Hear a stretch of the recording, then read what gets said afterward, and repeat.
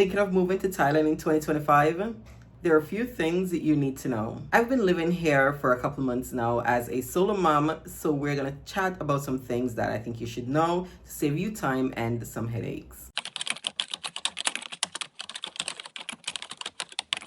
Hey guys, I'm Kavetta. You can call me Vetta. A single mom traveling full-time with my kids. One is off in college. I'm here with my 14-year-old Jarrell, and we are based in Bangkok for the rest of the year.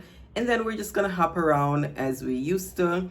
That's what we're doing, just hopping around, getting to know new countries, new places, eat all the food, and take it all in. If you are thinking about moving to Thailand, then this video is for you. Let's jump in. The first thing you need is a visa plan. Moving to Thailand, it's not how it used to be where visa runs and border jumps was the norm and it was easy to just go to a different country or fly in or just jump to the border and come back in. They have been cracking down on border runs and jumps. So it's definitely a good idea to figure out your visa situation before you come. One of the best ones, if you have the capital, is the DTV visa. It is still a tourist visa, but it gives you 5 years in the country. You do have to renew every 6 months.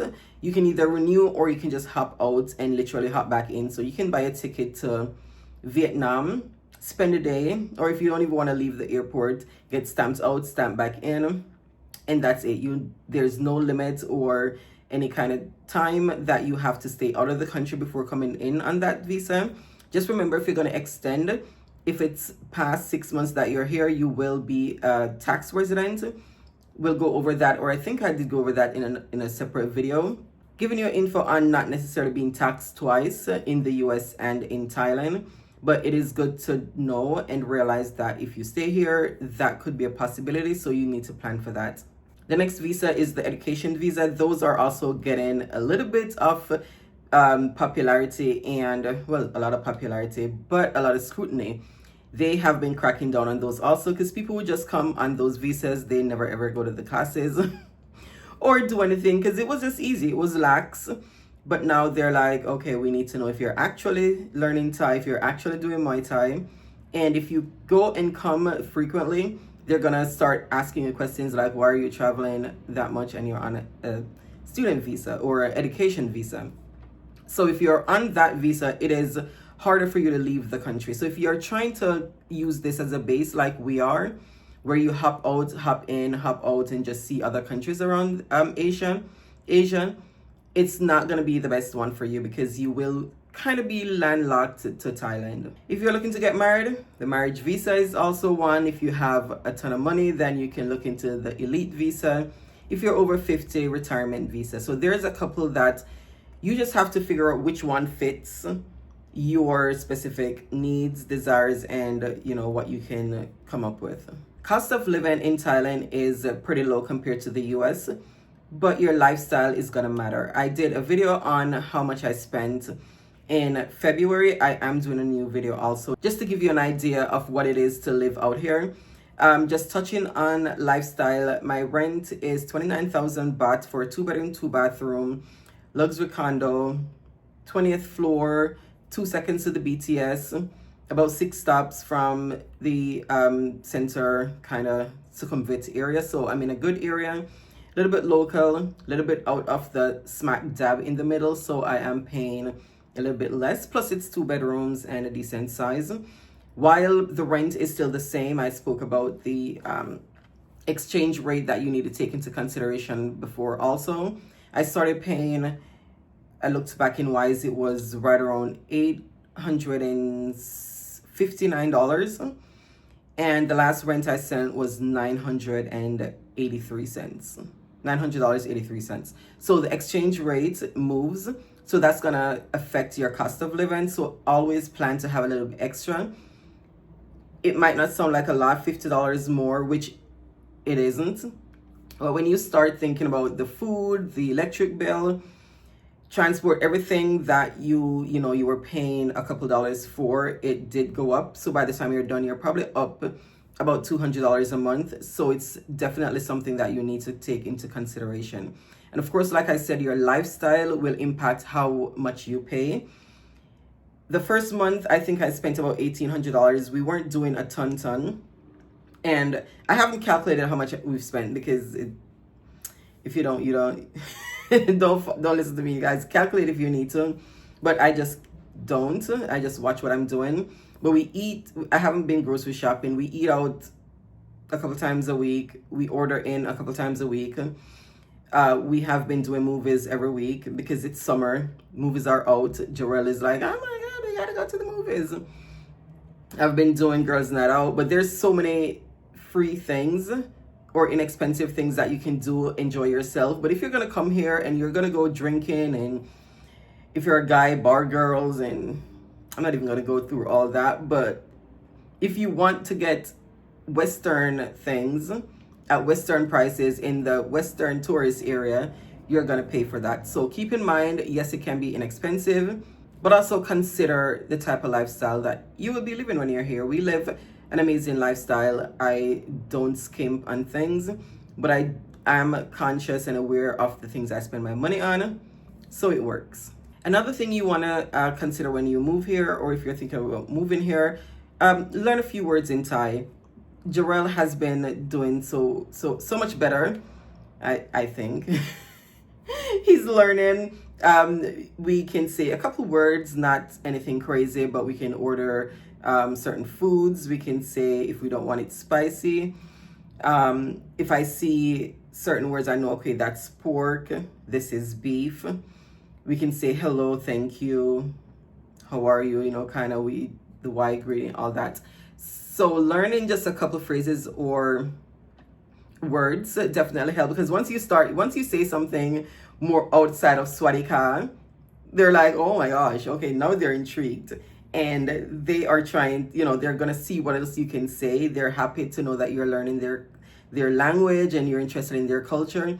So it just kind of helps to bridge that gap. The next thing that you should take into consideration is healthcare. Healthcare here is super inexpensive, especially if you go to like a public or mid-range hospital or clinic. If you go to the high-end clinics, it is gonna start getting up there in price, but it's still gonna cost you less than if you were to pay that back in the US.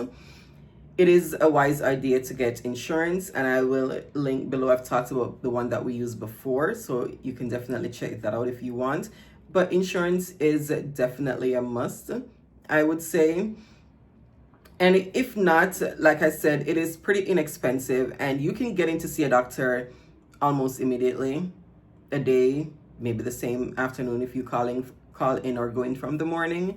You can see somebody, within a couple of hours. So you're not going to be waiting hours on end, weeks and months on end to see a doctor or a specialist. You can get in pretty quickly, and it's not going to be the worst out of pocket that you have to pay. The next thing I want to touch on is working. When you're on certain visas, you cannot work legally. I know when we travel in digital nomads, in most countries, you're checking your email, you're doing some sort of work. For the most part, nobody knows, they're not sitting there watching or trying to physically monitor what you're doing and if you're working. But legally, you can't work. And if you come on, YouTube or the internet and be like, yeah, I'm working from Thailand on a tourist visa, it's like, you're just, setting yourself up to fail. So remember, the DTV, you can work online. You cannot work for a Thai company. And I'll go over that in a separate video. You cannot work for a Thai company. You can work online. The education visa, even on the education visa, you cannot work. You can't work in Thailand, obviously, and you can't work online, legally. So that's something to definitely think about also. Culture shock is real. I mean, anywhere you go, for the most part, it's gonna be some sort of, oh my gosh, culture shock moment. Everything moves slower here.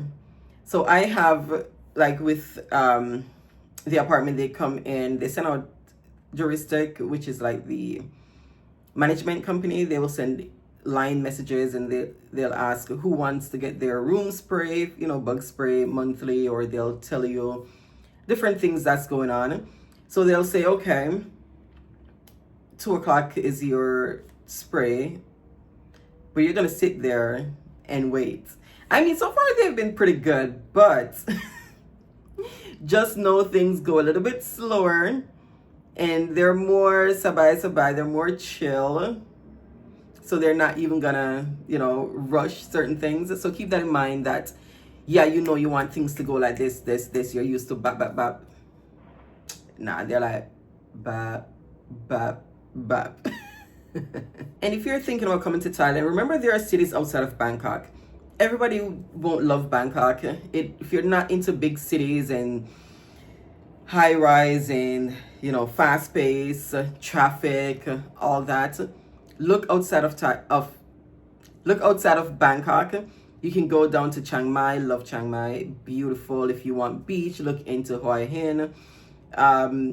Isan, if you want kind of like country chill. It depends on what you're looking for. If you're just starting, I would say Bangkok to kind of get a feel, only because everything is so convenient. Infrastructure is amazing. Of course, there's always room for improvements everywhere. But if you're starting out and you're a city person, even if you're not really a city person, I think Bangkok would be a great starting point just to get a taste of it.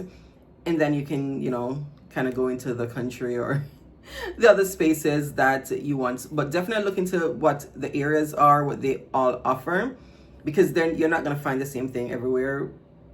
You find some of the same things, but everywhere has its own things that makes it unique. And then remember, when you're here living, you're not on vacation anymore, so you're not going to spend vacation money. When you're on vacation, you spend you're not going back to work, that money again. When you're living here, things just start to feel different. Things just start to flow differently. You have your bills to pay. You have, work to do, especially if you're working on Western time. If you're working in the US time, say Eastern or even Pacific Standard Time, it is a 13-hour difference Eastern time. So Pacific is 16 hours. So keep that in mind when you're coming here. It might be rough. It might be rough because I do take calls and I have to be up starting around 12 a.m. here. So that's 9 a.m. in Florida. And then I'm not going to bed until 3-4 o'clock. But it's not all the time. So, it just depends on what you're doing. I don't mind doing that for a week out of the month, and then I'm good for the rest of the month with calls or things like that. So keep in mind when you're here or living here, it's not vacation mode all the time. It's real life. So everything you were doing back home, the work, the bills, the this, the that, it's the same thing here. But I mean, it's easier, I think. And vacation mode is always a second away because you can grab a flight to pretty much so many places for a couple dollars and you're gone. I was looking at tickets to Chiang Mai, $38. And you can be there in an hour or so. Hotel, you can get something, or an Airbnb, $15-20 a night. And you're enjoying your life. You have a nice little weekend. So those are just some of the things I think you need to consider and know before you pack up and move to Thailand. Or, you can use this for pretty much anywhere else you're going to go to check out. I do have So You Want to Travel the World 2 coming out soon. That's gonna be jam-packed with so much information for you guys if you're thinking about moving or just traveling, single, parents, families, if you're traveling by yourself or with kids or whatever. I got you. And before that drops though, I do have a free moving abroad guide that will be out soon,